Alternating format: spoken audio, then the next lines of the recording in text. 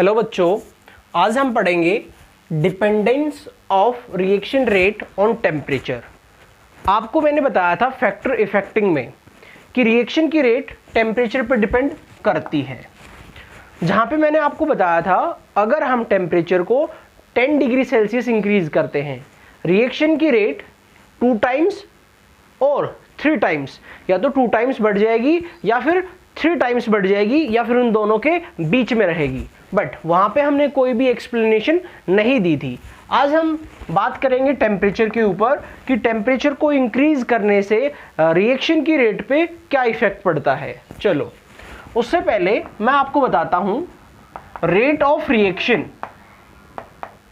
Depend करती है 3 factor पे, और वो 3 फैक्टर कौन कौन से हैं हमारे। First one P, second one Z and third one F। अब बात यह है ये P क्या होता है।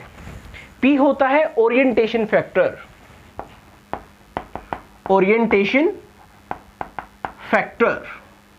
अब ये ओरिएंटेशन फैक्टर क्या होता था, जैसा कि मैंने आपको बताया था ओरिएंटेशन आपकी प्रॉपर होनी चाहिए। अगर इम्प्रॉपर ओरिएंटेशन है तो आपका प्रोडक्ट नहीं बनेगा।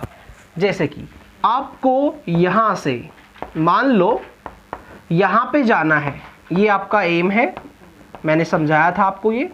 अगर आपको इधर जाना है और ये आपकी ओरिएंटेशन है तो आप अपने एम पे पहुंच जाएंगे। बट अगर आपकी ओरिएंटेशन ये हो गई है, आप अपने एम पे नहीं पहुंचेंगे। तो रिएक्शन की रेट ओरिएंटेशन फैक्टर पे डिपेंड करती है। चलो, अब हम बात करते हैं जेड के लिए।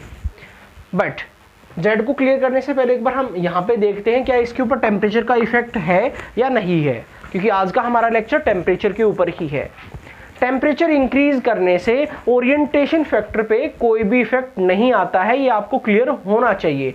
क्यों? अगर आप टेम्परेचर बढ़ाओगे, ऐसा तो नहीं है कि कोई चीज़ इधर जा रही है और वो इधर आ जाएगी, नहीं, ऐसा कुछ नहीं है। टेम्परेचर इंक्रीज करने से ओरिएंटेशन फैक्टर पे कोई इफेक्ट नहीं आता है। अब हम चलते हैं जेड की तरफ। अब जो जेड है वो क्या होता है? जेड होता है collision frequency. Collision frequency, okay. अब हम बात करते हैं कोलिजन फ्रीक्वेंसी क्या होती है। देखो क्या होता है, तब रिएक्शन हो रही होती है तो क्या करते हैं, रिएक्टेंट एक दूसरे से कोलाइड करते हैं। अब कोलिजन फ्रीक्वेंसी होती क्या है, ये होती है पर सेकंड पर यूनिट वॉल्यूम। जो रिएक्टेंट आपस में कोलाइड करते हैं उसी को हम क्या कहेंगे, कोलिजन फ्रीक्वेंसी। आज हमें देखना है क्या टेम्परेचर का कोलिजन फ्रीक्वेंसी पे कोई इफेक्ट है या नहीं है। अगर आप सोचोगे तो आप इसको बता पाओगे। सोचो, टेम्परेचर अगर कम किया तो क्या होता है, पार्टिकल्स की जो स्पीड होती है वो स्लो हो जाती है। अगर पार्टिकल्स की स्पीड स्लो हो गई तो क्या होगा, वो एक दूसरे से कोलाइड नहीं करेंगे। बट अगर हम टेम्परेचर को बढ़ा दें तो क्या होगा, पार्टिकल्स की या रिएक्टेंट्स की स्पीड क्या हो जाएगी, फास्ट हो जाएगी। वो एक दूसरे से कोलाइड बहुत जल्दी करेंगे और कोलिजन फास्ट होगा, मींस कोलिजन फ्रीक्वेंसी बढ़ जाएगी। ओके, ये आपको क्लियर होना चाहिए। जैसे कि हमें पता है टेम्परेचर कम करने से चीज़ें जमने लगती हैं, टेम्परेचर बढ़ाने से चीज़ें फास्ट हो जाती हैं, उनकी मूवमेंट फास्ट हो जाती है। जैसा कि अगर आप गर्म पानी में अगर आप शुगर ऐड करते हैं तो बहुत जल्दी डिसॉल्व हो जाएगी। क्यों? क्योंकि उस केस में क्या हो रहा है, पार्टिकल्स की मूवमेंट क्या है, फास्ट है, वो कोलाइड फास्टली कर रहे हैं, जिसकी वजह से क्या हो रहा है, प्रोडक्ट जल्दी बन रहा है। बट अगर आप ठंडे पानी में चीनी डालेंगे तो वो जल्दी डिसॉल्व नहीं होगी। क्यों नहीं होगी? क्योंकि उस केस में पार्टिकल्स की जो मूवमेंट है, कोलिजन फ्रीक्वेंसी है, वो कम है। तो आपको ये क्लियर होना चाहिए कि टेम्परेचर को इंक्रीज करने से कोलिजन फ्रीक्वेंसी भी इंक्रीज होती है। चलो, कितनी होती है वो अभी हम डिस्कस करेंगे। अब मैं आपको बताता हूं F क्या है। F है आपका fraction of molecule. Fraction of molecules whose collision is effective, whose collision is effective। आपको वही लेने हैं जिनका कोलिजन क्या होगा, इफेक्टिव। ऐसा नहीं है आप सभी कोलिजन को ले लेंगे, क्योंकि मैंने आपको बताया था कि कोलिजन 2 टाइप का, कैसा कैसा, इफेक्टिव और इनइफेक्टिव। इफेक्टिव कोलिजन वो होगा जिसके अंदर रिएक्टेंट क्या करेंगे, कोलाइड करेंगे और क्या बनाएंगे, प्रोडक्ट बनाएंगे। But ineffective elastic collision, collision हुआ बट वो कन्वर्ट नहीं हुए किसमें, प्रोडक्ट में, तो उसी को हम क्या कहते हैं, इनइफेक्टिव कोलिजन। ओके, तो यहाँ पे आपको जो F लेना है वो क्या लेना है, इफेक्टिव कोलिजन लेना है जिससे रिएक्टेंट कन्वर्ट हुआ है प्रोडक्ट पे। अब ये हमारे तीन फैक्टर हैं P, Z, F। अब मैं इन तीनों को समझाता हूं कि टेम्परेचर का इनके ऊपर क्या इफेक्ट है। चलो हम क्लियर करते हैं। P मैंने क्लियर कर दिया है, P के ऊपर कोई इफेक्ट नहीं है, किस चीज का, टेम्परेचर का। बट अब हम क्लियर करते हैं Z को। मान लो पहले जो टेम्परेचर था वो था 300, बाद में हमने टेम्परेचर कर दिया 310। ओके, क्योंकि हमने पढ़ा था 10 डिग्री सेल्सियस इंक्रीज करने से रिएक्शन की रेट 2 टाइम्स या फिर 3 टाइम्स हो जाती है। मान लो पहले आपका 300 था, बाद में आपने इसको 310 कर दिया। अब हम रेशियो देखते हैं, Z 310 और पहले था Z 300। जैसे डिफ्यूजन है ना, डिफ्यूजन में आपने पढ़ा था, तो यहाँ पे भी हम उसी तरीके से एक बार टेम्परेचर का इफेक्ट देखते हैं क्या है, 310/300। अगर हम इसको सोल्व करेंगे तो इसकी जो वैल्यू आ रही है वो आ रही है 1.016। आप इसको सोल्व करके देख सकते हैं, इसकी वैल्यू जो आएगी वो आएगी 1.016। इसका मतलब ये हुआ कि जो Z है, Z आपको पता है ना, कोलिजन फ्रीक्वेंसी, कोलिजन फ्रीक्वेंसी 310 पे क्या होगी, जो 300 पे थी उसका इतना टाइम हो जाएगी 1.016। ओके, इतने टाइम वो इंक्रीज हो जाएगी। बट हमने देखा ये जो वैल्यू है ये तो माइन्यूट है, इतनी बड़ी तो नहीं है कि 2 टाइम हो गया हो या 3 टाइम हो गया हो। आप देख सकते हैं 1.016, ये जो डिफरेंस आया ये तो माइन्यूट डिफरेंस है। इसका मतलब ये हुआ कि collision frequency 10 degree Celsius increase करने से इंक्रीज तो हुई बट बहुत कम हुई, क्योंकि डिफरेंस 10 डिग्री सेल्सियस का ही लिया गया है, कोई बहुत बड़ा डिफरेंस नहीं लिया गया है। अगर बहुत बड़ा डिफरेंस लेते तो शायद कोलिजन फ्रीक्वेंसी बहुत ज़्यादा बढ़ जाती, बट 10 डिग्री सेल्सियस का इंक्रीमेंट करने से तो जो आपका डिफरेंस आया वो तो माइन्यूट है। अब ये तो 2 टाइम्स नहीं हुआ, अब तक हमें क्लियर नहीं हुआ, क्यों, क्योंकि P के ऊपर तो कोई इफेक्ट था ही नहीं, Z के ऊपर भी माइन्यूट इफेक्ट है। अब हम चलते हैं किसकी तरफ, F की तरफ। F क्या था, फ्रैक्शन ऑफ मॉलिक्यूल। अब उसके ऊपर इफेक्ट देखते हैं कि उसके ऊपर कितना इफेक्ट है, किस चीज का, टेम्परेचर का। चलो अब हम क्लियर करते हैं F को। आई होप आपको यहाँ ये समझ में आ गया होगा यहाँ तक। अब मैं आपको क्लियर करता हूँ F क्या है, F है आपका फ्रैक्शन ऑफ मॉलिक्यूल। और कौन से मॉलिक्यूल, इफेक्टिव मॉलिक्यूल। इसकी जो वैल्यू लिखी जाएगी वो लिखी जाएगी एक्सपोनेंशियल की पावर -EA/RT।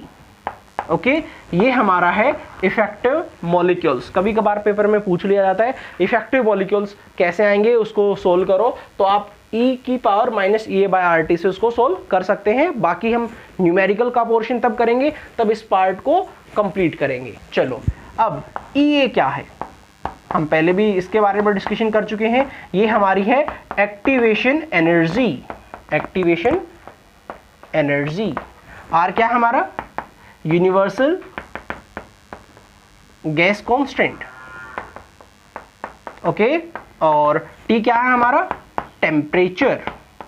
अब हमें यही तो देखना है क्या, कि टेम्परेचर का क्या इफेक्ट है। सोचो, देखो क्या होता है, अगर आप टेम्परेचर को इंक्रीज करेंगे, अगर आप टेम्परेचर को इंक्रीज करेंगे तो यहाँ पे ये वैल्यू क्या है, नीचे है, मीन्स ये जो ओवरऑल वैल्यू आएगी ये क्या आएगी, छोटी आएगी, स्मॉल आएगी, बट आगे नेगेटिव है तो शायद ये इसके फेवर में है। मीन्स ये क्या हुआ, अगर टेम्परेचर बढ़ाओगे तो फ्रैक्शन ऑफ मॉलिक्यूल क्या हो जाएंगे, बढ़ जाएंगे। क्यों, क्योंकि ये वैल्यू वैसे तो अगर नेगेटिव नहीं होता तो कम होते, बट अब ये जितनी वैल्यू बड़ी लेंगे तो ये वैल्यू छोटी होगी, और बाहर क्या है, नेगेटिव, नेगेटिव नेगेटिव एक तरह से क्या हो जाएगा, positive. Means fraction of molecule बढ़ेंगे। तो अब हमें तीनों फैक्टर क्लियर हो गए हैं, P, Z, F। अब हम चलते हैं रेट के ऊपर, ठीक है, और फिर यहाँ पे हम कवर करेंगे इन तीनों फैक्टर को।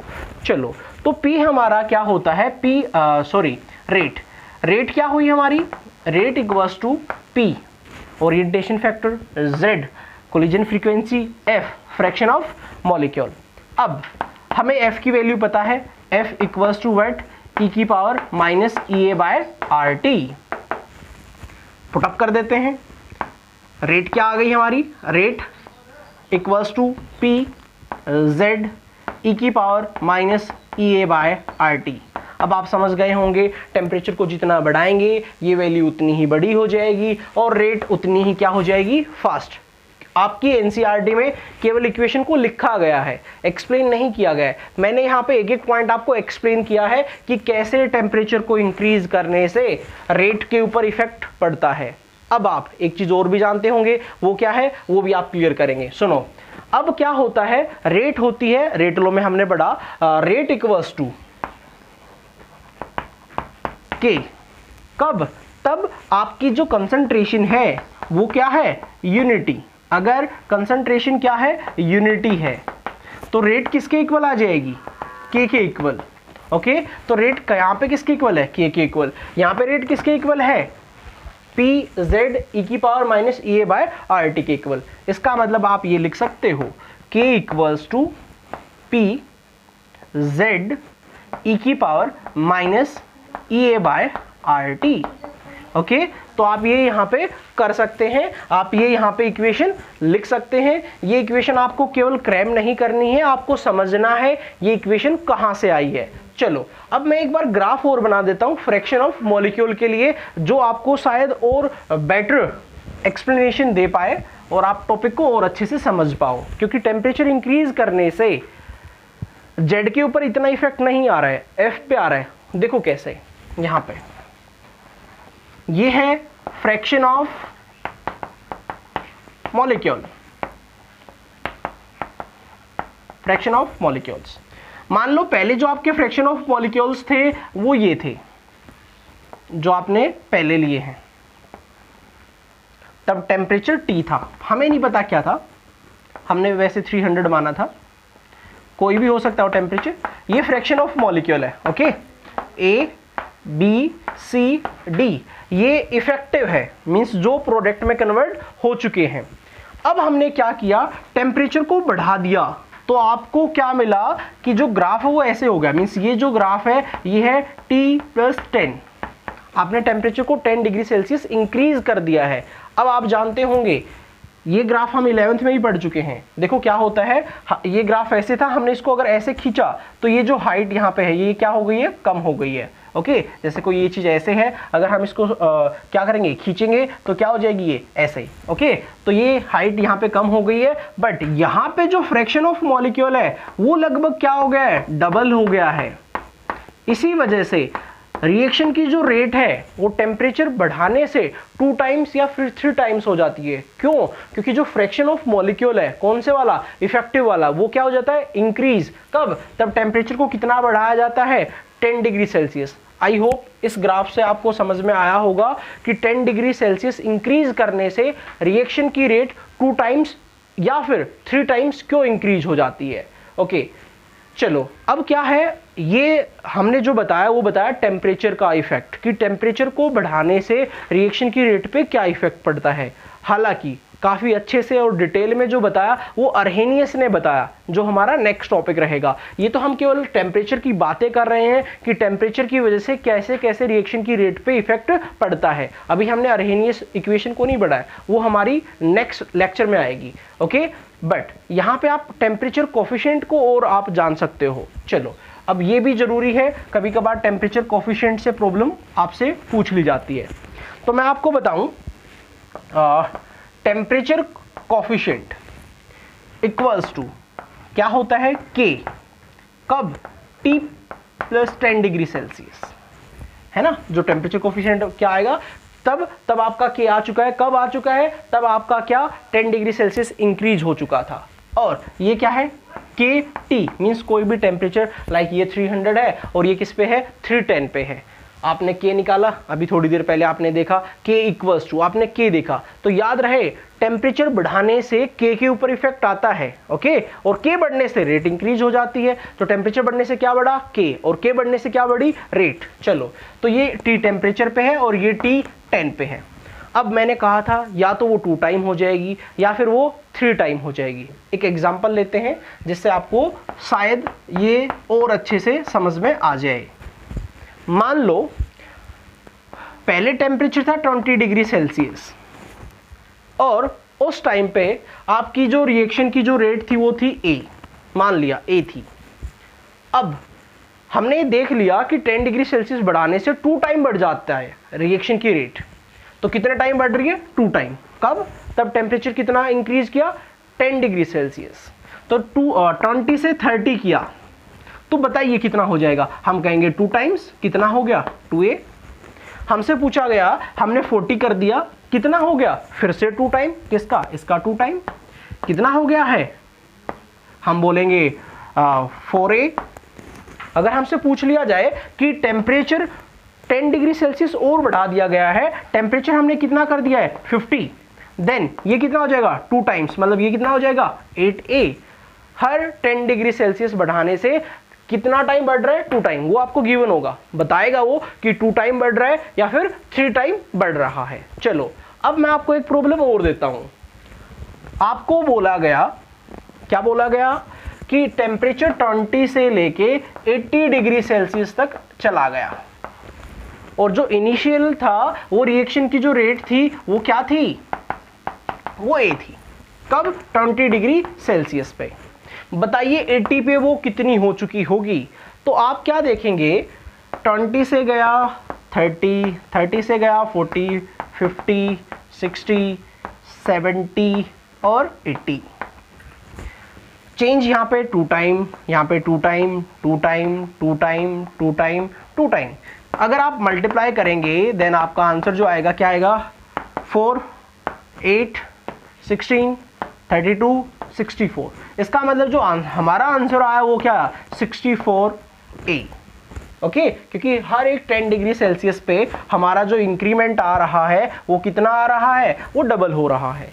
तो यहाँ 2 से 4 गया, 4 से 8 गया, 8 से 16, 16 से 32, 32 से 64A। मीन्स 80 डिग्री सेल्सियस पे वो कितनी हो जाएगी? 64A। इसका एक और इजी मेथड मैं आपको बता रहा हूँ, वो भी आप बता सकते हैं। चलो सुनो, आपको फाइनल कितना दिया गया है? 80 डिग्री सेल्सियस। आपको डेल्टा T निकालना पड़ेगा। फाइनल दिया गया है 80 डिग्री सेल्सियस और इनिशियल दिया गया था 20 डिग्री सेल्सियस। अब यहाँ पे जो चेंज आया वो कितना आया? 60 डिग्री सेल्सियस का। मीन्स जो चेंज हुआ वो कितना हुआ? 60 डिग्री सेल्सियस का। और रेट कब बढ़ती है? तब 10 डिग्री सेल्सियस टेम्परेचर को इंक्रीज किया जाता है। आप क्या करेंगे? यहाँ पे 60 को डिवाइड कर देंगे 10 से। मीन्स यहाँ पे कितना आया आपका? 6। ओके, अब आप आंसर डायरेक्ट भी कर सकते हैं। क्या करेंगे? 2 की पावर क्या लिख देंगे? 6, और 2 की पावर 6 क्या होगा हमारा? 64A। आप ऐसे भी प्रॉब्लम को कर सकते हैं। कैसे? आप डिफरेंस देखेंगे, उसको 10 से डिवाइड करेंगे और जितने टाइम रेट इंक्रीज हुई होगी उसी को क्या कर देंगे? पावर कर देंगे, वही आपका आंसर आ जाएगा। Okay, thank you.